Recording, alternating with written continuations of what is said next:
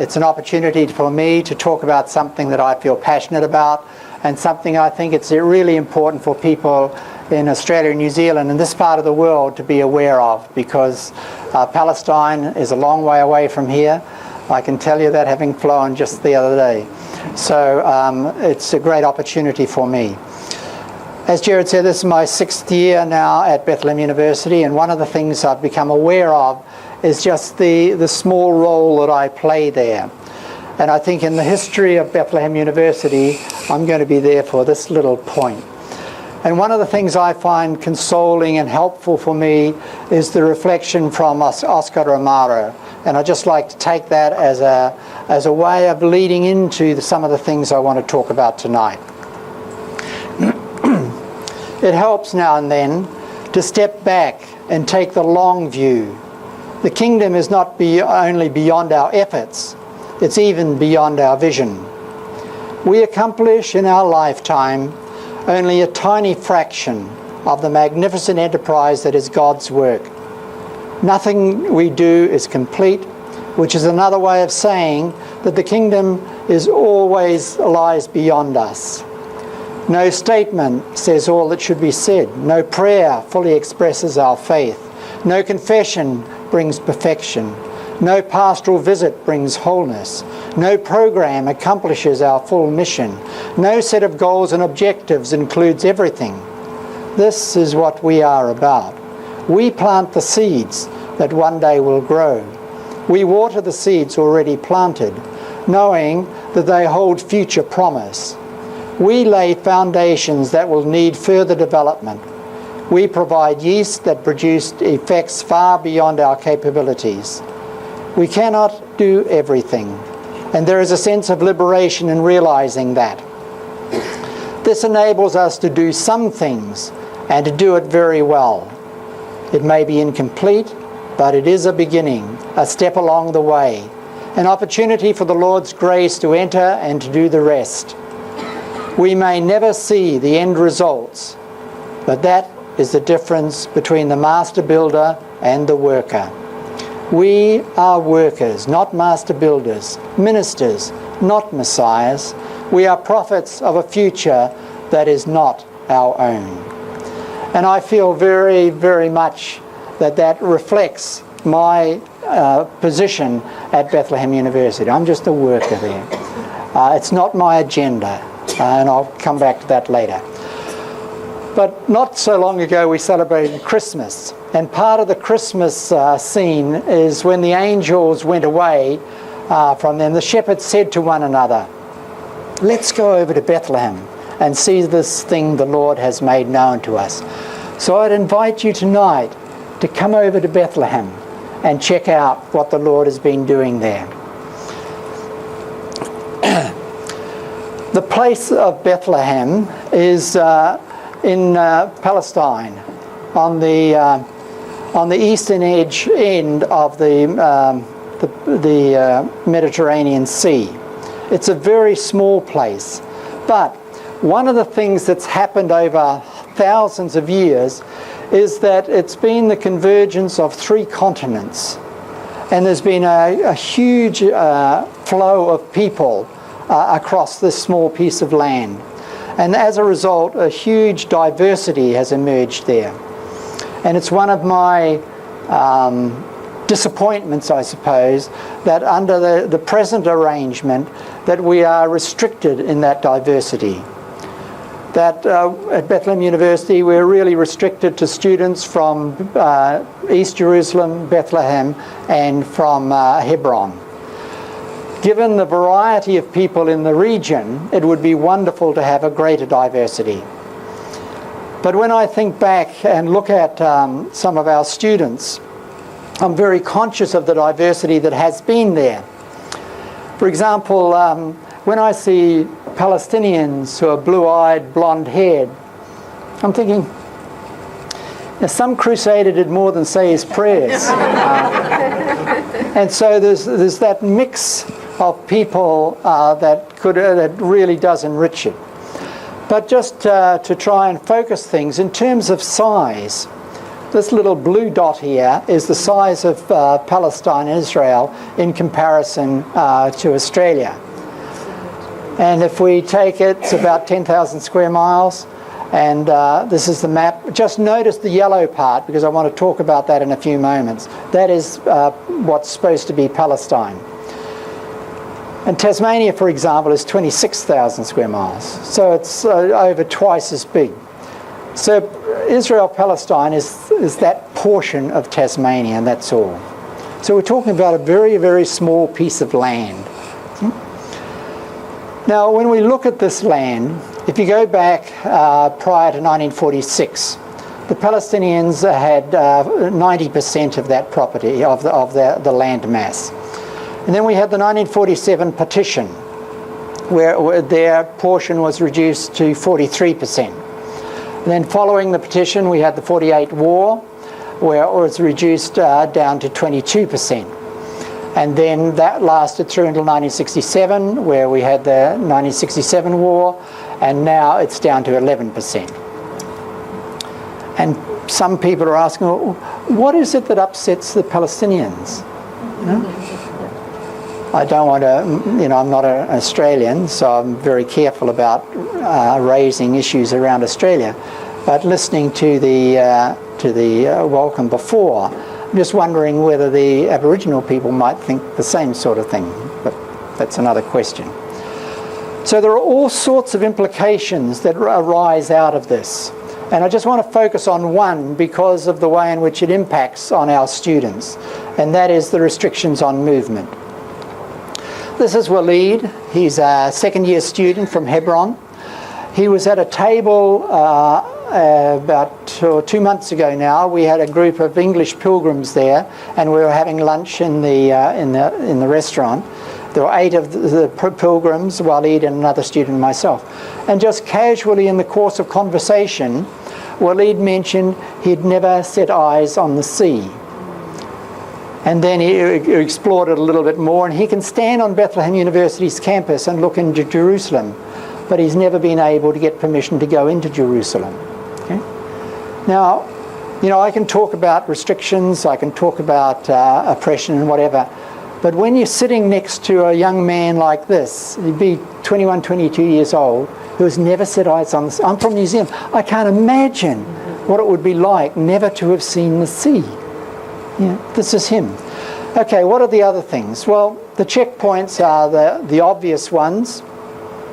And this is where the checkpoints are in that. Remember that little piece of yellow, the small size that it is? And then there are the trenches, which are just dug across the road. And this is where the trenches are, which are not as many, but when you put the trenches with the checkpoints, you get that sort of pattern. And then the road gates, which can be opened, but can be closed as well. And the road gates through that area are there. And when you put those with the trenches and the checkpoints, you get that sort of pattern. And then you have the roadblocks, which are placed there. They're not permanent, but they're placed there to prevent traffic from moving. And this is where the roadblocks are. And when you put those with the other things, that's the pattern you get. And then you have the earth mounds. And you can see here the cars on the other side of the earth mound and the Palestinian people having to walk over them to get to them. And those are in these places. And when you put those with the others, that's the pattern you get. And then you get the Israeli-only roads. These are roads where you have to have a yellow-plated number plate on the car in order to be able to get onto them. Palestinian cars have green plates, so they can't get on it. Now, these fences along here are around 7 foot high, and on this side there's the olive groves, and the person over here, the Palestinian over here, may have had that olive grove, but this is an Israeli-only road now, so he just loses access to them. And then you have the infamous wall, which streaks itself around through here. And this gives you some sense of the height. These are young children, and this is the height of the wall here. So, and this is where the wall goes. And when you put all the others in, now this map is outdated because this is where the settlements were when this map was put together, and there are many, many settlements that have been expanded since that. And then you have the Israeli military closed zone, and that separates Palestinians, particularly from the Jordanian border. And then in addition to all that, you have the flying checkpoints. These are just arbitrarily people are stopped. And I'd just like to play a section from a comment that one of our students made about her experience. This is Lubna. In September of last year, I was invited by the United States Catholic Bishops' Conference to speak at a gathering in Washington, and I took 2 students along. Lubna was one of them. She's graduated. She graduated last year and is now a Fulbright scholar at the University of Washington in Washington State. And this was her start. Now remember, this was before she came to Bethlehem University, so she would have been about 17 years old. I actually nearly missed my Bethlehem University entrance exam. That day I woke up at 6 to be sure to be early, and I did wake up at 6, and I went to the transportation place, and I was on the taxi, and then in the middle of the way there was a checkpoint. And the checkpoint, I kept waiting in front of the checkpoint for an hour, and it wouldn't let anybody through. And I only had half an hour for the entrance exam. It's usually at 8:30 the entrance exam. And when after a while I discovered that they probably won't let anybody through, I kept walking towards the checkpoint, and nobody dared walk that day towards the checkpoint. I kept walking, and the soldier started shouting at me, and I just kept walking, and I just ignored him, and I crossed, and I took a taxi from after the checkpoint. So luckily I was able to attend Bethlehem University. Yeah. So it's that sort of determination, I suppose, that nothing really is going to stop them. She became an incredible ambassador for Bethlehem University. There are 2 other short clips I'll take of her later. But these are the number of closures, 630 of them. Now this is March 2009, and so there are more since then. Okay. And then we take an example up in the northern part of Palestine. You notice the green line here is the original border, okay? And just keep that in mind. And this is where the wall went. Okay? And these are the Palestinian places or spots of settlement. You know, there's almost 48,000 people there, and you notice how they're almost completely surrounded by the wall. And these are the settlements, and you notice that the wall goes around to take those in. And these are the checkpoints or the openings in the wall, so that if somebody is living in Kilkilia and they may have a permit to work in Israel, they have to come down here and through one of these in order to get out. Now, a French cartographer took what he understood to be the land that the Palestinians were able to control and put it into a map. And this is what it came up with. This is what he came up with. Now, if this was in the South Pacific, it would be possible to get into a boat here and sail across here or whatever. The fact is that all of the gaps are either Israeli-only roads, settlements, or blockades or whatever. And that's why, from my perspective, I see it very, very difficult to see how this disintegrated piece of land can be operated as a state. You know, how do you make something like that a unified state? Okay, so I don't, if people want to ask questions about that later, that's fine. But that's, in terms of movement, that's one of the restrictions that we're faced. Another thing that I'd like to just, in terms of the context, is that, Palestine is not a secular society. And I think it's, when I was in in Washington in September, this was an issue that caused a lot of discussion. That we are in a religious environment, and religion has to do with the community to which you belong, not necessarily what you articulate as your beliefs. And there are all sorts of things that flow out of that, because religious freedom is not so much about my freedom to be able to choose some other different belief. Religious freedom is about my ability to worship with the community to which I belong. Okay? And for our students, particularly our Muslims, like Walid, for example, he's a Muslim, can't worship with his community at Al-Aqsa Mosque. We have Christian students in Bethlehem who can't worship at the Holy Sepulchre.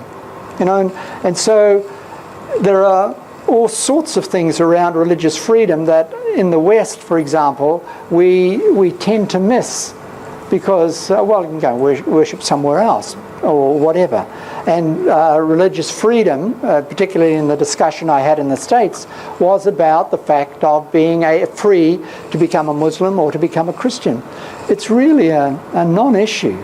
The issue is about being able to worship with the people that I belong to.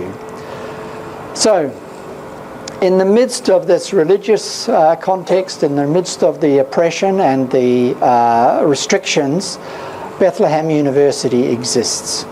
And I just want to say something briefly about this. You can go to our website for all the details.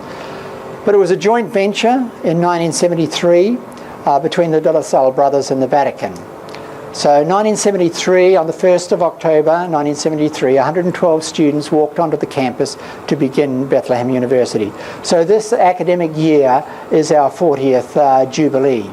And we have taken a whole year in which we're going to celebrate that. And we've finished the first semester, and we're about to we've started the second one. So Bethlehem University really emerged out of the visit in 1964 of Pope Paul VI. So this is the 50th Jubilee of that. As I mentioned, it opened in 73. Today we have just over 3,000 students.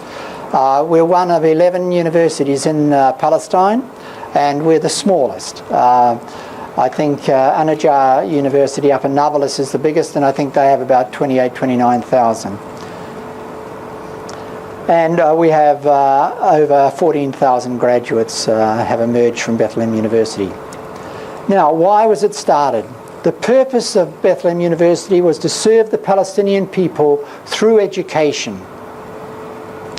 And the focus of this was on students. Now, I've borrowed this and adapted it a little bit from Glasgow University, but to raise to distinction the people of Palestine by providing a human and Christian education. And I think that's important. We're not just wanting to train them for jobs or whatever, to raise them to distinction. And I think what we are trying to do in all of that is that we want students to live life to the full.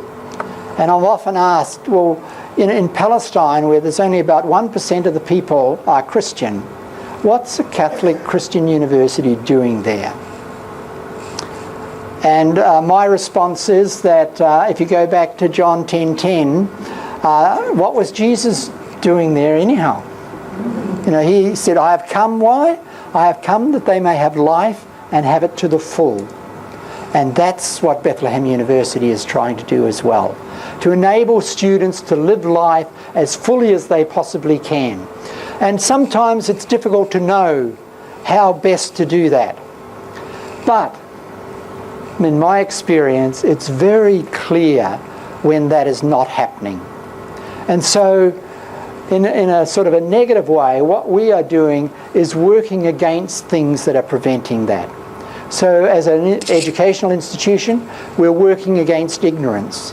We're working against fear. We're working against prejudice. We're working against injustice. We're working against isolation. We're working against anything that is closing people off and preventing them from being the people they're capable of being. And I think one of the things we have to continually look at is the foundation. And I'd go back to Thomas Merton and say, we are founded on truth. Okay? And I think it's really important for us as a university to be clear on what is the truth of our situation. And it's one of the reasons I travel the world to help people be aware of the truth of the situation. Because I think the other narrative is bypassing a whole range of things which is preventing people from understanding the truth of the situation. And then it's built on justice. And I think what we are striving for in Palestine is peace with justice. And I think Bethlehem University, what we have to strive for is justice in the structures and the policies and the arrangements that we have within the university. The day before I left, I had 8 girls sitting outside my office all day protesting about a decision that I had made because they had a deadline to pay their tuition. They hadn't paid it, so we extended it, and we extended it, and we extended it, and I said, Hollis, that's the end. Anyhow, but that's justice as well. You know, there's a whole issue around them being just to the university, and for us in the way in which we structure things for them. And then the last thing is that we're nurtured by love. You know, we're a Christian university. We're based on Jesus' teaching, and at the very heart of what Jesus was on about was the love for one another.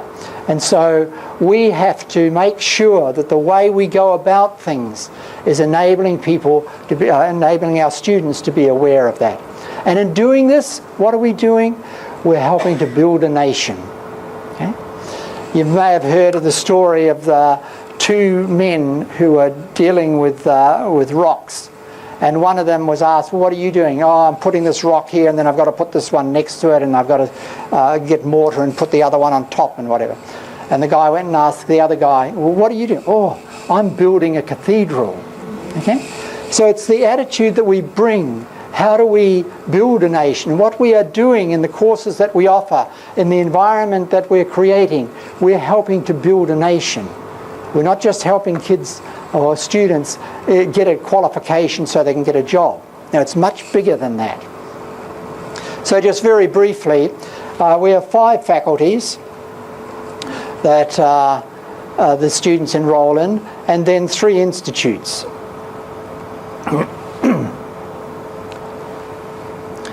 There are 3 master's programs. We are challenged, I suppose, that one of our biggest challenges is to get qualified faculty coming through the wall to teach at Bethlehem University. And so we try all sorts of ways to deal with that. The Masters in Biotechnology, we do not have the capacity to offer that. Hebron Polytechnic University doesn't have the capacity to offer it either. But together, we have been able to do that. It's the only joint master's program in Palestine. And we have classes at both places, we have lecturers from both places, and we're able to do that. For the Masters in International Cooperation and Development, we don't have the capacity to do that either. So what we've done is created it as in modules, and we bring people in to help teach those modules that we don't have the capacity for. This academic year, we started a Masters in Tourism and Pilgrimage Management. Others in preparation.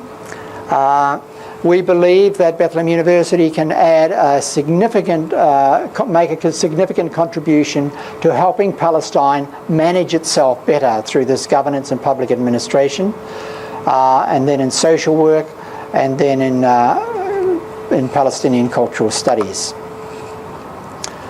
Often in gatherings like this, I ask people not to think but just to be aware of what happens when they hear the word Palestinian. What happens? Don't think about it, what happens? So often what happens is that people think of AK-47s, of terrorists or whatever, okay? These are some of the terrorists I'm dealing with, okay? Ordinary young people who want an education, okay?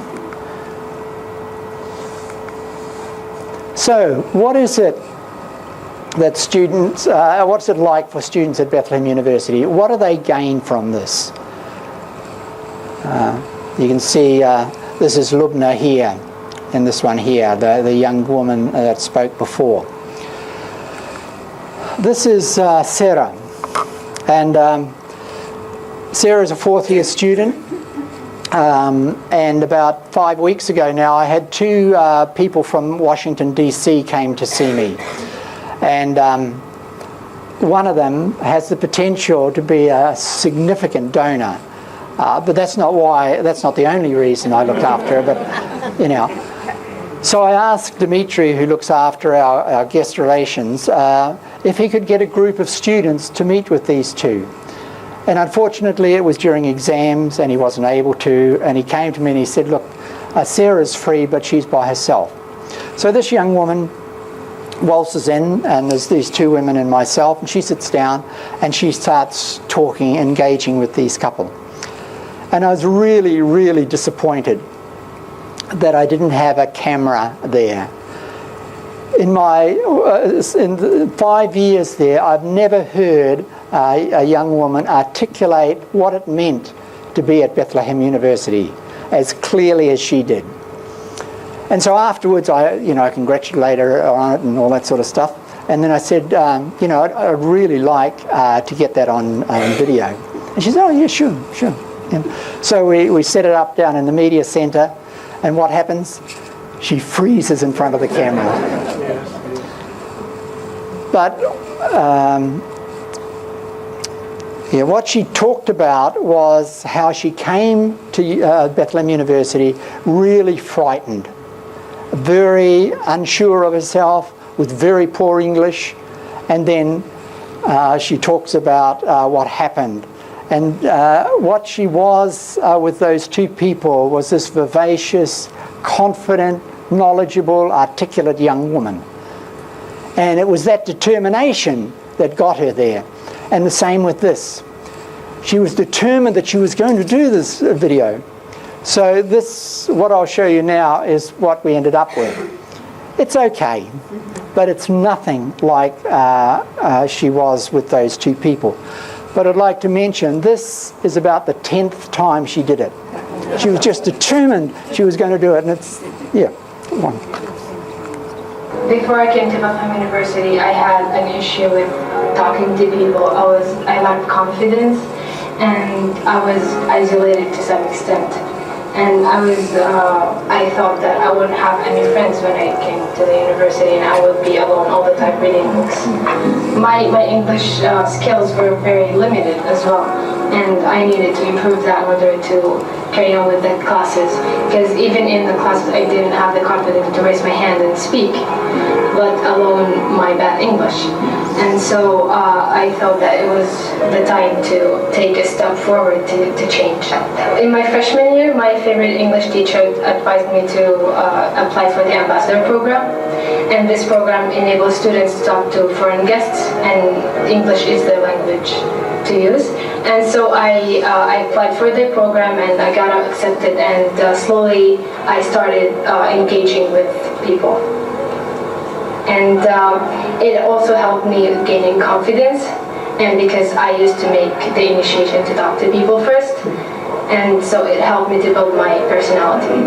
I'm more confident, I'm more open now, and I want to meet more people, and I can say that I didn't even imagine that I would become this person, or didn't want to become this person from the time I entered Bethlehem University. I have more friends now. I met my best friend in Bethlehem University, and specifically during the ambassador program. And I have a group of friends that I enjoy hanging out with and talking with. And I've met a lot of people, foreigner people, and I'm in touch, keep in touch with them through the internet, and it's really beneficial. I want to travel as much as I can. I want to pursue my education with master's degrees, and I'd like to try different things and study different things. Like I study English literature now. I'd like to study, get involved in the market and business, and try new things and see what I can do about it. That would be a great achievement. The university changed me, and I'm happy about this new person. Okay, so she graduates this year. Not everybody is excited about graduation, though. You know, we start them young, but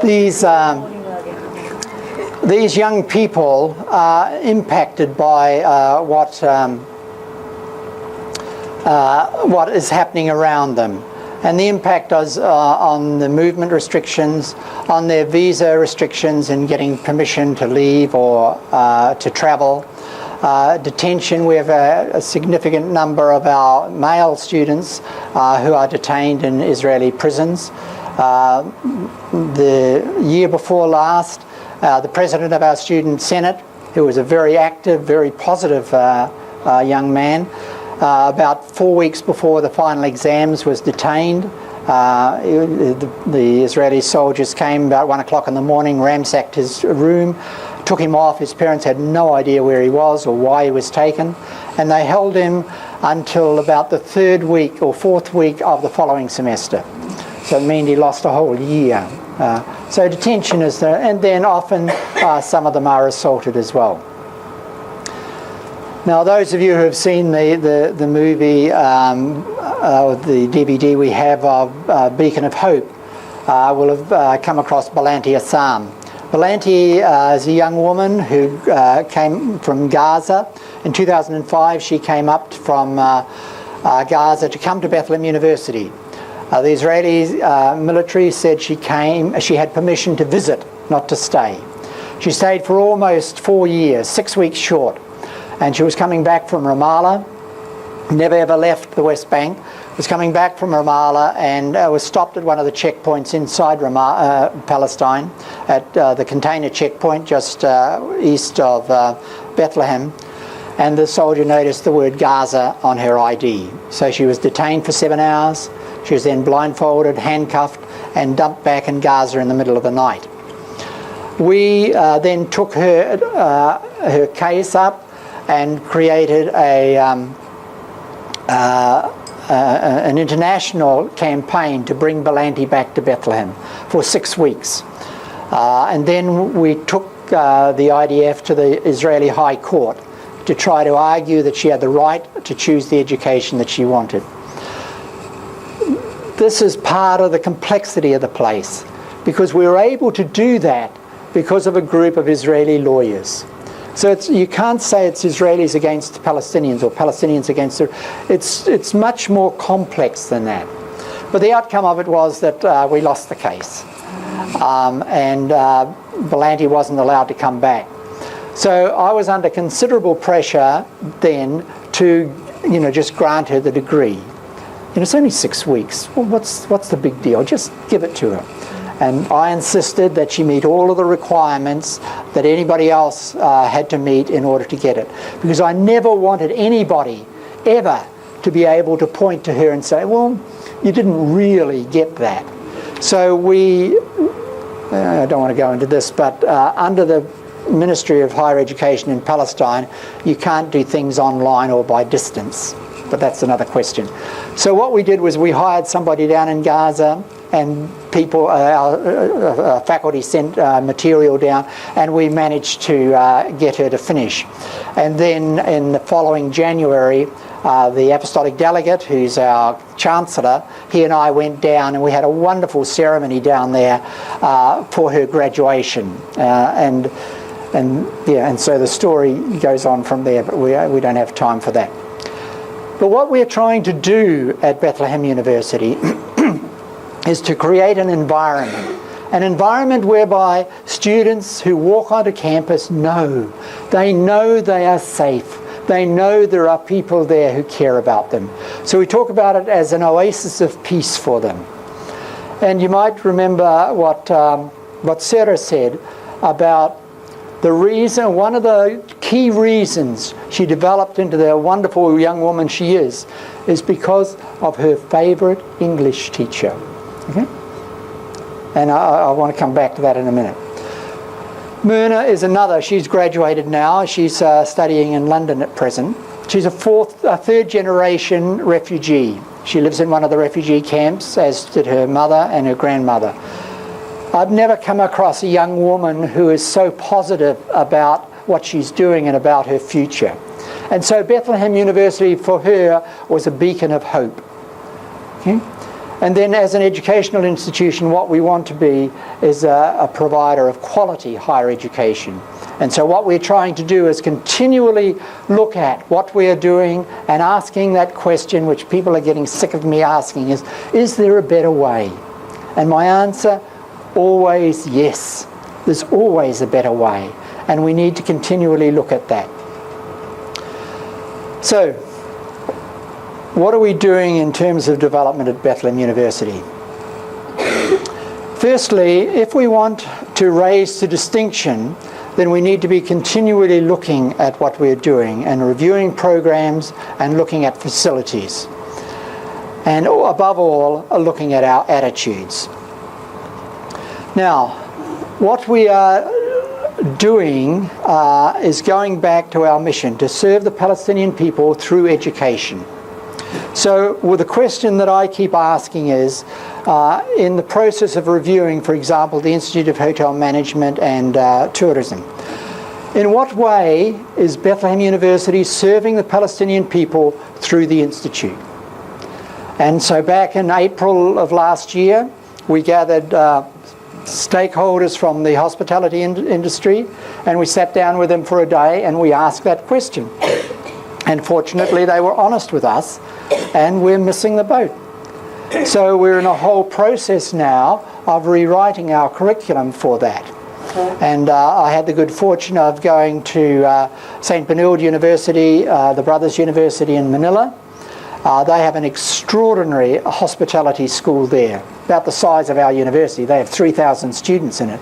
But I'm more interested in the processes that they use. Absolutely incredible.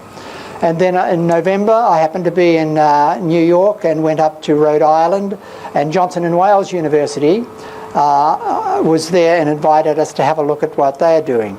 Johnson & Wales is the largest university in the United States involved in hospitality education. And again, incredible stuff that they're doing. Both of those universities are prepared to come to Bethlehem and to work with us in developing and rewriting our curriculum. I've made it very clear to them, though, I'm not at all interested in taking what they're doing in, what they're doing in Manila or in New York and bringing it to Bethlehem University. I want them to work with us to develop our own. And they're doing the same with the Faculty of Nursing and so we're expanding the property. We've purchased a nearby property and with more space to care for those 3,000 students. For those of you who have been there, this is our present campus, and this is the campus that we've bought. And this is the access to them, and this is the property that we have. Now, if you notice, this part here was an intrusion, and we've managed to get the Archdiocese of Cologne to buy that and make it available to Bethlehem University. So this is the Salem House, this is the Handel House, and this here is the former hospital and the Salem House Tower. And that's what we're planning to do with them. So,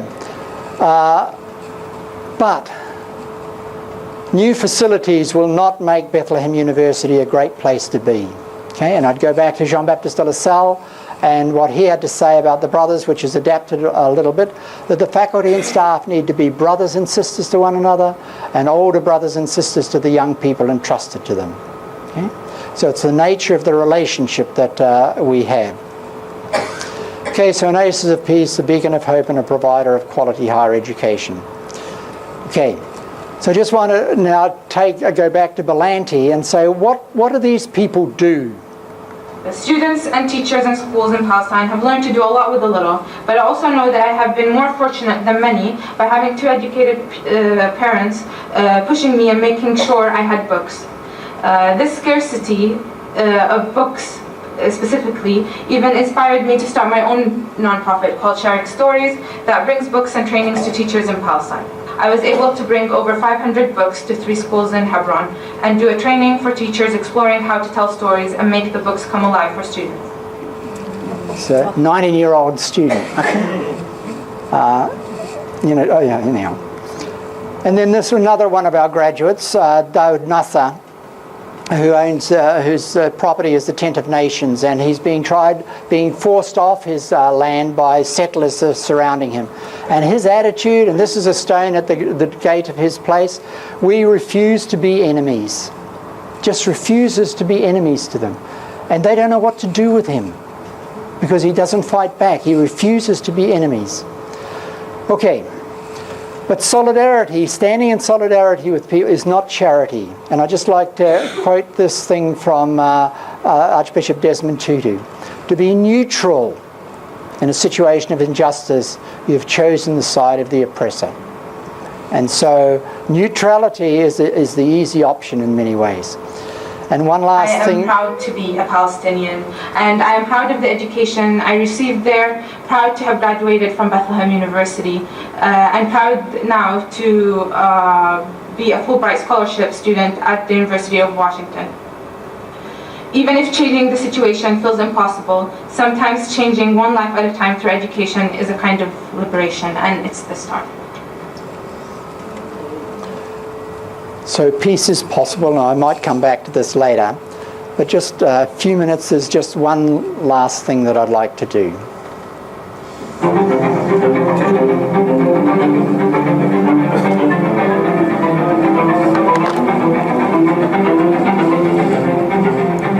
Bethlehem University was founded now almost 40 years ago, and from the beginning our mission was to serve the people of Palestine.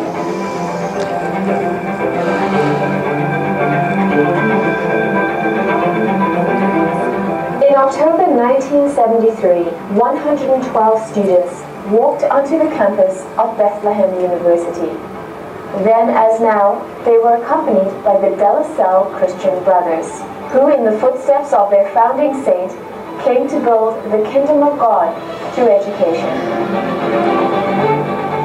Bethlehem University is unashamedly a Catholic university. At the same time, Muslims feel comfortable in coming here. In a country where there's less than 2% Christian, Bethlehem University has a student population made up of some 30% Christian. It's providing them with an opportunity to have a livelihood here. The atmosphere that exists here at Bethlehem University between Muslims and Christians is very much helping to create here in Palestine a more open and a more accepting understanding of one another. In terms of academics, I think a chief virtue among our students is determination. We are only able to accept about 1 in 3 students, so those who are accepted, I think, know they have to measure up. In terms of our research initiatives, we're also doing things that we hope will support the people of Palestine. We're beginning a new master's program in governance and public administration to help create the next generation of leaders in Palestinian society. We also have a new master's program in pilgrimage and tourism because we think that this will be one way to contribute to the economic development of Palestine and a future Palestinian state. Perhaps one of the most concrete evidences of the success of our students is that we have graduates who are currently in and have in the past been accepted into world-class master's and doctoral programs around the world, many of whom then come back and teach for us.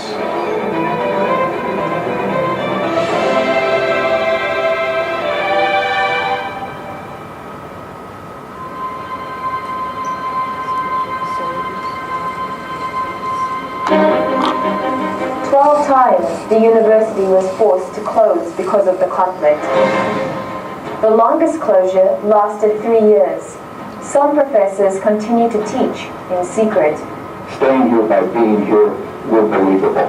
If we ran, then our message is lost.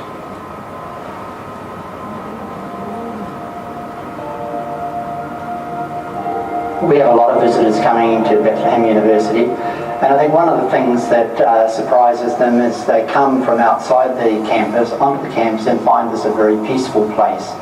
And I think the other thing is that they see students who are laughing, who enjoy being with one another, and I think that sense of this is really an oasis of peace for these young people.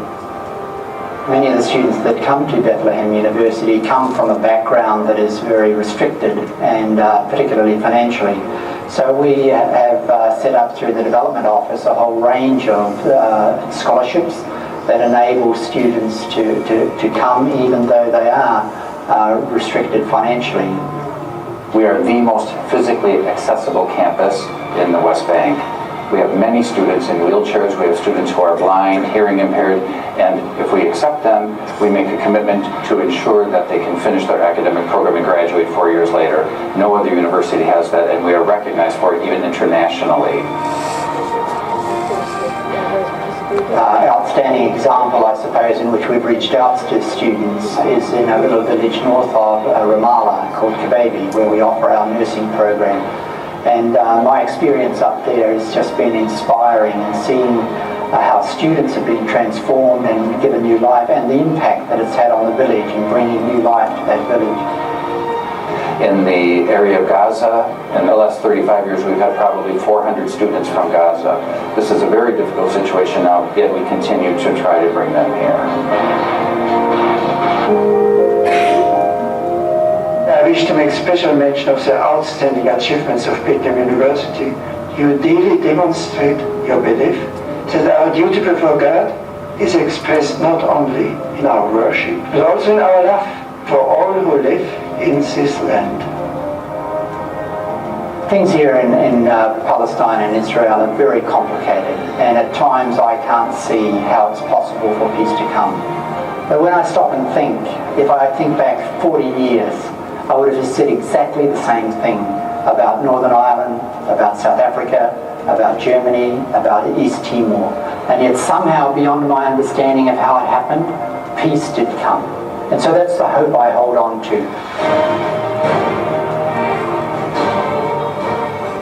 Challenges remain, but the youth are taking the future in their hands. Since the first class of 112, over 14,000 students have now graduated from Bethlehem University. You know, and I suppose I keep coming back to John 10:10. You know, I've come that you may have life and have it in its fullness. I've never worked in a place where it's so obvious that what we're doing is worthwhile. Just to see the pride that they had in having reached that point, of having got to the point of graduating, despite the hassles, despite the restrictions. I find it really satisfying to see students taking the opportunity here at Bethlehem University and really growing. One of the things Bethlehem University is doing is helping to build this nation, founded on truth, built on justice, animated by love.